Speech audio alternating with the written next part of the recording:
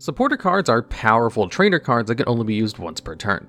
However, just like Pokemon, not all supporter cards are up to par with the rest that are released alongside them, by either being weaker or worse versions of supporter cards that already exist, or because their interactions are too hard to pull off to be considered worth playing. And at number 10, we have Here Comes Team Rocket from X and Y Evolutions. When this card is played, both players turn their prize cards face up for the rest of the game. Today, Evolutions is mostly known for being one of the most sought-after collectible booster sets after the hype for it was reignited during the lockdowns in 2020. This is largely due to the nostalgia the set brings with it by reprinting old cards like Pikachu and Charizard from the base set.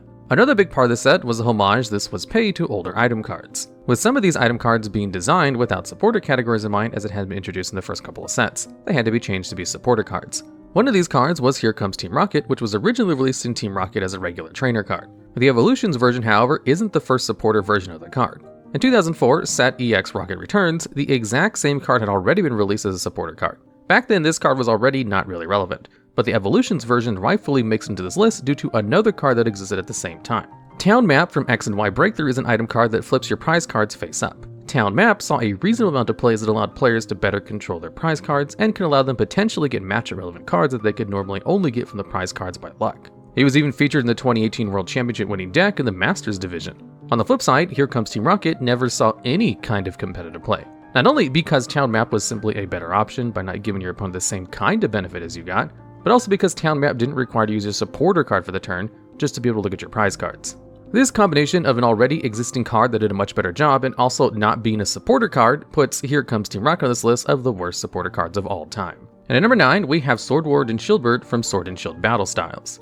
When this card is played, you get to choose a trainer card from your discard pile and show it to your opponent. Your opponent then gets to decide if they want to allow you to put the chosen card into your hand, or if you draw 3 cards. Swordward and Shieldbird is one of the many cards that was released through the Sword and Shield block that featured a draw 3 effect, with additional benefits to make them more interesting and viable than the classic draw 3 supporters that we've gotten ever since Black and White introduced Sharon. Sharon was replaced by Tierno in X and Y, and then again got replaced by Hau in Sun and Moon. Sword and Shield brought not only Ha, but also Friends in Galar, Friends in Hisui, and Berry. We even have confirmation already that Pneumonia from Scarlet and Violet will have the same draw 3 cards effect as many cards before. As previously mentioned, Sword and Shield started releasing some cards with the same effect and additional benefits. Avery draws 3 cards and forces your opponent to discard Pokemon from their bench until they have 3 bench Pokemon. Birdkeeper switches your active Pokemon in addition to a card draw, and Worker has the additional effect of discarding a Stadium card in play. All of these cards have seen some kind of competitive play, with Swordward and Shieldbird being the exception. The main reason for it not being viable is that the extra effect is not an additional one, but an alternative, meaning that unlike all the other cards, you don't get to draw 3 cards, but also do something else. The next issue is that your opponent is the one that gets to choose what happens after you pick the trainer card from your discard pile. In most cases, your opponent will simply pick the choice of you drawing 3 cards. The only time they will let you take the trainer card is when they know that you won't get good use for it. In the worst case scenario, you would want to draw 3 cards, but your opponent would allow you to take a trainer card that doesn't help you at all. This combination of a card that already isn't too great on its own, and the fact that there are plenty of other supporters with better effects legal for tournament play at the same time, makes Swordward and Shieldbird one of the worst supporter cards of all time. And at number 8, we've got Mom's Kindness from Diamond and Pearl Majestic Dawn. This card simply draws 2 cards. By today's standards, a card that only draws 2 cards would not even be questioned about being viable, considering that many supporter cards draw at least 3 cards, or if they draw 2, have some additional benefits or potential conditions that let them draw even more. This meant that a card that just drew 2 at the time wasn't good enough compared to later in the future when a draw 3 effect became powerful due to the lack of options available. Even in 2008 when Mom's Kindness was released, it was never more than a bulk card that no one looked at. While the modern Pokemon TCG heavily revolves around supporter cards that draw cards in various ways, like discarding cards or shuffling back into the deck, the Diamond and Pearl era in which this card's released was much more search-based, and supporters that just drew cards were rarely printed and didn't see a lot of play. When Majestic Dawn got released, the game still features some cards from the EX block that lasted from EX Ruby and Sapphire in 2003 to EX Power Keepers in 2007. Commonly used supporter cards from these set were Castaway from EX Crystal Guardians, which searches your deck for a supporter, Pokemon tool, or basic energy card. Celio's Network from EX Fire Red and Leaf Green, that searches your deck for any Pokemon except EX, and Steven's Advice from EX Hidden Legends. Steven's Advice is one of the few draw supporter cards that saw a lot of play due to its powerful effect of drawing cards equal to the number of your opponent's Pokemon in play, as long as you don't have 7 or more cards, including this card in your hand when you try playing it. Supporter from the Diamond and Pearl block that saw a lot of play were Roseanne's Research from Secret Wonders, a supporter that searches your deck for 2 cards in any combination of basic Pokemon and basic energies, and Bebe's Research for Mysterious Treasures, which has you put one card from your hand on top of your deck, in exchange searches your deck for any Pokemon and puts it into your hand. With those meta-relevant cards, it's already not too hard to understand why Mom's Kindness didn't see any play. But it becomes even more obvious if you look at some of the Diamond and Pearl supporter cards that didn't even see any play but still outclass Mom's Kindness.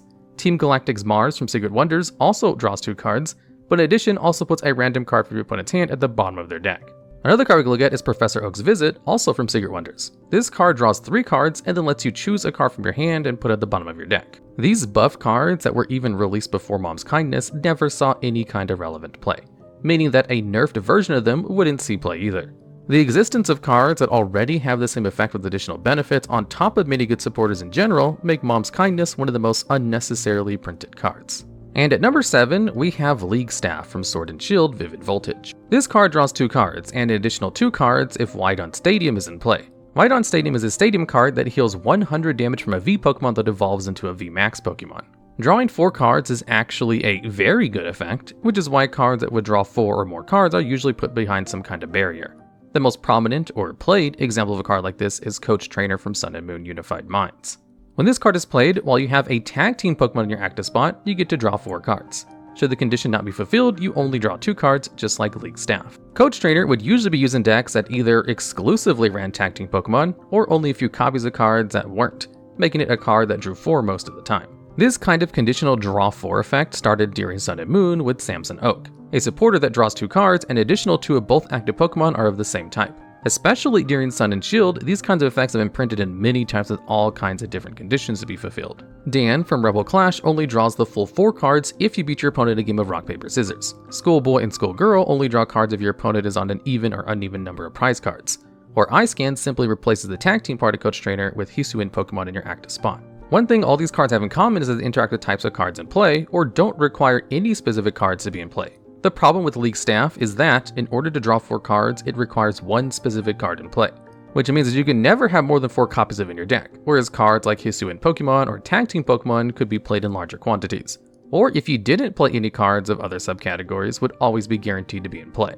This problem becomes even more apparent when considering that out of the 10 plus cards with conditional draw 4 effects, only Coach Trainer and Schoolgirl ever saw any amount of significant play, as they are the only 2 cards that could be turned into permanent draw 4 cards. As previously mentioned, Coach Trainer could be used in decks that only ran tag team Pokemon, as they weren't forced to run any kind of supporter Pokemon. Schoolgirl would simply be used in decks that only ran Pokemon that give up 2 prize cards, guaranteeing that you would almost always be on an even number of prize cards. This alone makes League Staff borderline unplayable. What makes the card even worse is the fact that the card that was needed to fulfill its condition wasn't used in any kind of deck. Wydon Stadium never saw any kind of play, so forcing a deck to run 4 copies of a card that wasn't good, just to potentially enable a draw 4 supporter, just wasn't worth it at all. And at number 6, we have Misty's Water Command from Sun and Moon Hidden Fates. This card allows you to move any number of water energies attached to your Pokemon in play to any of your side deck, Horsea, Staryu, Starmie GX, Magikarp, Gyarados, or Lapras. To indicate how bad this card is, we first need to break down how its effect is designed and what it could alternatively look like. The best possible design for a supporter card would simply be one that lets you move any kind of energy of your Pokemon to a different one of your Pokemon. After that, you could restrict which type of energies a card like this could move. This could either specify basic or special energies, but it could also already limit it down to a specific type of basic energy. After that, you would get something like Misty's Water Command, a card that restricts what kind of energy you can move and also what choice of Pokemon you're even able to move the energies to. Designing utility-based supporter cards can often be hard, as cards that are too generic can often cause unwanted strategies to emerge because they weren't properly thought about when the card was designed. When it comes to moving energies, however, the maximum utility that can be gained from the effect is limited, as you would require an incredibly strong LA Acceleration card that could cause unfair interactions. For a card as restrictive as Misty's Water Command, you would expect some of the cards that could make use of it to be playable to actually make it worth playing. This, however, wasn't the case at all. Most of the Pokemon that could make use of it weren't particularly useful, and the only one of them that saw any kind of competitive play was Starmie GX. This Stage 1 GX Pokemon from the same set as Misty's Water Command comes with 3 attacks. Its first attack, Starstream, deals 40 damage for 1 water energy and attaches 2 water energies from your discard pile to one of your Pokemon. Spinning attack requires 3 colorless energy and deals 100 damage. Its GX attack, Hydro Pump GX, deals 40 base damage and an additional 40 damage for each water energy attached to this Pokemon. The deck that made use of Starmie GX featured Mewtwo and Mew GX from Sun and Moon Unified Minds. As said, that was released a couple of months after Hidden Fates. With its Perfection ability, which lets you use any attacks to GX and EX Pokemon on your bench or your discard pile, as long as you have the correct energies attached to it. It was primarily used to copy Starmie's Starstream attack to get extra energies into play as quickly as turn 1. Mewtwo and Mew copying the attack from Starmie GX in the discard pile, however, also meant there wasn't even a Starmie GX in play that could have made use of Misty's Water Command, as Perfection didn't require you to play Staryus that you could evolve. The next time the Water Pokemon became relevant was when Sword and Shield was released and brought Frosmoth with it. Its Ice Stance ability allows you to attach water energies from your hand to any of your bench water Pokemon as often as you like during your turn. Frosmoth already being able to attach energies to your Pokemon that you want them on meant there was absolutely no need to run a supporter card like Misty's Water Command, especially since none of these decks that made use of Frosmoth's ability even featured Pokemon that could receive energies from Misty's Water Command. The only way to make use of it in these decks would be to force you to play Pokemon you didn't want to, just to use a supporter card with a subpar effect. With none of these water decks ever even being close to consider playing it, it should come as no surprise that Misty's Water Command makes it onto this list of the worst supporters of all time. And at number 5, we have Cedric Juniper from Black and White Legendary Treasures. This card has you put a Pokemon from your hand face down and tell your opponent which Pokemon it is. Your opponent then has to guess the height of that Pokemon, and should they guess correctly, they would draw 3 cards. Otherwise, you got to draw 3 instead. Drawing 3 cards wasn't horrible at the time this card was released, but it came with a couple of issues that caused it to be arguably one of the worst supporters at the time. Firstly, drawing 3 cards was not an amazing payoff if you got your opponent to guess the wrong height. Many decks already played powerful draw cards like Professor Juniper that discarded your hand in order to draw 7 cards, or In, which shuffled both players' hands into their deck to draw cards equal to the remaining prize cards, a card that could be used for both early game consistency or late game disruption due to its versatile nature. Decks that didn't particularly like to discard their hand could even opt to play Bianca, a supporter that draws cards until you have 6 cards in your hand, which would often draw even more cards than Cedric Juniper. The biggest issue for this card, however, and the main reason why it was almost always a mistake to consider for your deck, is Sharon. Sharon simply drew 3 cards and was legal for tournament play during the entire time that Cedric Juniper was. This meant that even decks that wanted to build big hands and wanted a supporter card that drew 3 cards had a much better option than Cedric Juniper, as you never had to have the risk of your opponent getting to draw cards instead. And this gets us exactly to the next issue that this card had. Having to tell your opponent which Pokemon they had to guess the height of could sometimes mean they had an easy time of doing it. An argument that was used as early as this card's reveal was that players could simply memorize the heights of meta-relevant cards in order to always correctly guess the height of these Pokemon. While this could be solved by Cedric Juniper decks using more obscure Pokemon in the strategy, expecting people to actually study heights of Pokemon seemed like a stretch regardless. A much more realistic approach of people being able to correctly guess the height is information that was available to players during a game. If you or your opponent already had a copy of the cards in play, the discard pile, or one that was in your hand, you could simply read off the height and always correctly guess the height. All of these issues combined, in addition to a card already existing that provided the same effect, while already not being meta-relevant itself, make Cedric Juniper one of the most unnecessary and useless supporter cards ever printed. And at number 4, we have Brock's Training from Sun and Moon Hidden Fates. This card allows you to attach an energy card from your hand to one of your Geodude, Graveler, Golem, Onix GX, Cubone, Rhyhorn, Rhydon, or Sudowoodo. Much like Misty's Water Command, a card that we've talked about earlier, Brock's Training is too restrictive for the little payoff that it provides. Only a couple of sets after this card's release, the Sword and Shield expansion brought Bede, a supporter that attaches a basic energy card from your hand to one of your bench Pokemon. The only benefits that Brock's Trainer has over Bede are that Bede can't attach to your active Pokemon, and that it only attaches basic energy cards. When considering how useless all the Pokemon featured on Brock's Training are, this is not too much of a disadvantage. What makes this even worse is the fact that Bede never saw any kind of play because attaching an energy card with your supporter for your turn was simply too bad. Much like Misty's Water Command from the same set, Brock's Training combined an already subpar effect with restrictions that forced you to use Pokemon that were completely unviable. Unlike Misty's Water Command, none of the Pokemon featured on Brock's Training ever saw any kind of play, and therefore it makes this card even worse and gets a rightful place on our list. And at number 3, we have Erica from the 2019 set Sun and Moon Cosmic Eclipse. When this card is played, both players get to draw up to 3 cards, with the player playing the card down having to draw first. Erica is in a really weird spot when it comes to its release, because when taking a look at other cards that were released in Cosmic Eclipse, Erica seems out of place. Most other support cards that were released in the same set featured characters from Sun and Moon games. The ones that didn't feature characters that were particularly relevant in those games, or didn't appear in them at all, were cards with entirely new effects, which is where this second part of Erica's weirdness comes in. All the way back in Gym Heroes in 2000, an item card featuring the same character from Red and Blue video games was released. This item, or back then just trainer card, had the same effect of drawing up to 3 cards, followed by your opponent drawing up to 3 as well. Normally, these kinds of pseudo reprints to pay homage to nostalgic cards are printed in special sets like X and Y Evolutions or Celebrations, or at the very least come in a set that has a similar concept for multiple cards. most often because they were leftover cards from a Japanese mini or promotional set that didn't get in the West, and therefore these cards are put in our regular sets. This doesn't seem to be the case for Erika, as it's the only kind of that card in Cosmic Eclipse, making her feel very out of place already. When it comes to playability, Erika wasn't even too far off the power level of many other cards used during that time. A lot of decks either relied on search-based supporter cards like Guzma and Hala, which lets you search your deck for a stadium card and put it into your hand. Or alternatively, if you discard 2 cards to play the card, it would also allow you to search a Pokemon tool or a special energy card in addition to the stadium card. Another popular search supporter was Green Exploration, a card that lets you search your deck for 2 trainer cards as long as you don't have any Pokemon with abilities in play. Decks that weren't using these search cards use supporter cards like Welder and Cynthia and Caitlyn. Welder lets you attach up to 2 fire energies from your hand to one of your Pokemon in play and draws 3 cards afterwards. Cynthia and Caitlyn puts a supporter card, other than a different copy of Cynthia and Caitlyn, from your discard pile back into your hand, but can additionally draw 3 cards if you decide to discard a card from your hand when playing it. The card you discarded can also not be picked up from the first part of Cynthia and Caitlyn's effect. So in terms of raw draw power, Erika wasn't even that bad during that time. What makes her horrible, however, is the fact that your opponent gets to draw cards as well. Any card that gives advantage to your opponent in the Pokemon TCG either has to be so incredibly powerful for the player using it that the downsides of helping your opponent doesn't really matter, or it has to immediately end the game so your opponent never gets a chance to use the card they gained access to. And just drawing 3 cards isn't a powerful enough effect to ever fit into these criteria. And at number 2, we've got Riley from Sword and Shield Lost Origin. When you play this card, you reveal the top 5 cards of your deck to your opponent. Then they get to choose 2 of them that you have to discard, and the remaining cards are then put into your hand. Unlike many of the other cards in this list, this might not immediately strike everyone as a horrible effect. But if we take a deeper look at it, it should become relatively clear why this card made it onto this list.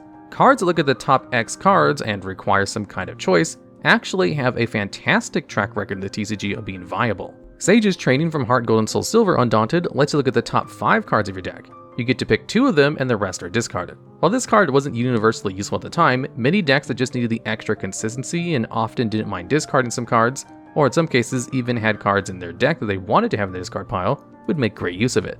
A more recent example is Colress's Experiment from the same set as Riley, Lost Origin. Just like Sage's Training, it lets you look at the top 5 cards.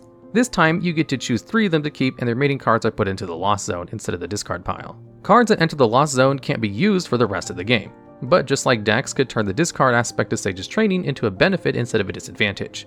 Many powerful cards are released alongside Colress's Experiment required you to have a certain amount of cards in your Lost Zone to be used, meaning that this card doesn't just provide consistency, but also enables a lot of cards in your deck. Riley, on the other hand, isn't just a worse version of these cards, it's borderline unplayable. If you only had to reveal the cards to your opponent so they would see your picks, the cards would still be decent. Getting a look at the top 5 cards and picking 3 of them to get into your hand at the cost of your opponent getting some extra knowledge would not be ideal, but could potentially enable some decks that don't mind giving extra knowledge to your opponent. What makes the card awful is that your opponent gets to choose which cards you have to discard.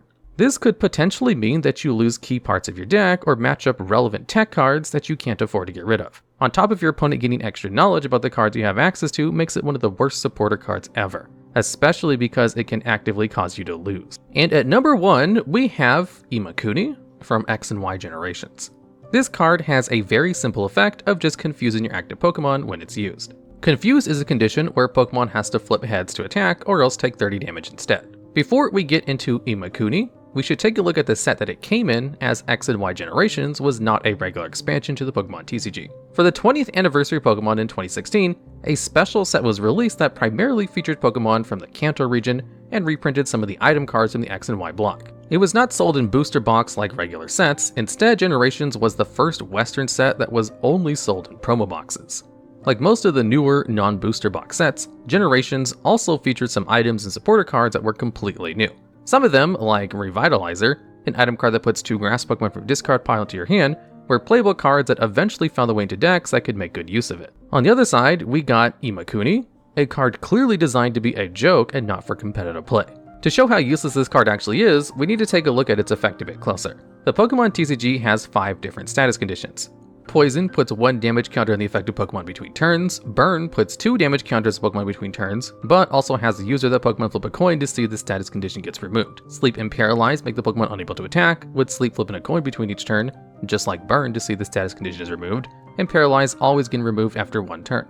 Lastly, Confusion has the user of the Pokemon flip a coin before attacking. If the flip ends up heads, the attack continues normally, and tails places 3 damage counters on Pokemon, and the attack isn't used. None of these status conditions are anything that you would want on your Pokemon, but under certain circumstances, putting a status condition onto your Pokemon could actually be beneficial. Abilities that require Pokemon to be affected by a status condition in exchange for more powerful attacks could make use of cards that apply special conditions to your own Pokemon. Another useful way could be an ability that basically copies special conditions onto the opponent's Pokemon. For example, if you use Imakuni on a Pokemon like that, your opponent's Pokemon would now also be confused.